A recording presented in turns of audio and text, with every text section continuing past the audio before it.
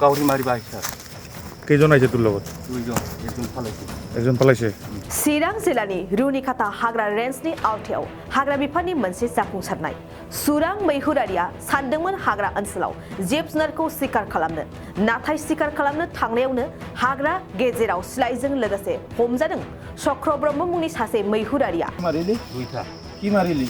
কি মারিলি बुरिं गावरि কিমান ডাঙৰ ডাঙৰ 16 केजि गावरिटा 1 मन 1.5 मन এটা মারিলি দুটা না दुइटा होसै आंनि हाग्रा रैखाथि हानजाजों हमजानाय मैहुर खालामग्रा सुबुंखौ 2 नं कसुम दैसानि होननानै मिथिनाय जादों मख'नो गोनांदि हाग्रा रैखाथि हानजाजों मोगा मोगि हमजानानै सुरां मैहुरारिया मा फोरमायना लादों फै आबुं बाथ्राखौ मिथिना लानि गावरि मारिबाय सार কেজন আইছে তোর লগত दुइजन একজন পালাইছে তাৰ লগত বন্দুক আছে নেকি এটু কার এইটো মোৰ তোৰে না তাৰ লগত আছে নেকি বন্দুক হ্যাঁ তাৰ লগত বন্দুক আছে নাই কি আছে তাৰ লগত साइड থাকে তাৰ লগত কি আছে क्या है उसके साथ তোৰ লগত আহাটো কি আছে আৰু उसका साथ क्या है उसके पास उसका साथ ठुकला है इससे ये बंदूक नहीं है और क्या है उसका सब सामान ठाकुर से तुम्हारा क्या नाम है शुक्र চক্র क्या है চক্র क्या चक्र क्या है शुक्र ब्रह्म घर घर और इधर कुंडिका कुसुम दिशा नंबर कितना है कुसुम दिशा कितना नंबर है 2 नंबर 2 नंबर कुसुम दिशा तुम ये किसका है मेरा है सर इसको किस लिए लेके आया था ये किस लिए लेके लाया था इसको एमसी किसी को बोलो किस लिए लाया था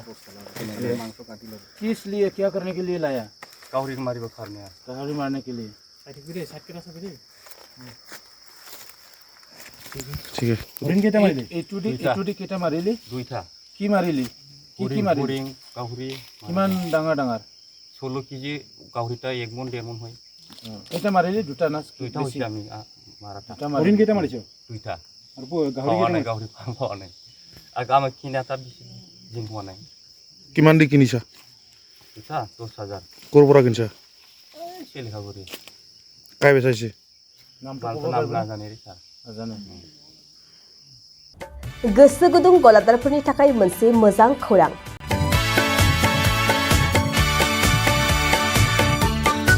अदालगुरिनि रौता सारियालियाव खुंनो लानाय मिरु एबसुनि 50 बोसोरसालिया जथुमायाव एक्जिबिशननि थाखाय गलादारफोरनिसिम जर'खा फोसावनाय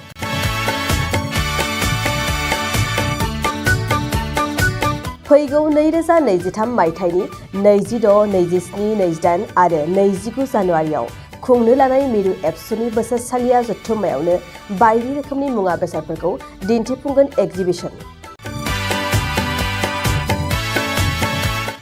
बे एक्जिबिशनावनो आबादारि हेन्डलुम टेक्सटाइल फिचारि आरो हारिमु बायदि बायदि आयदाफोरखौ दिन्थिफुंनो थांखि लादों बानजाय आफादा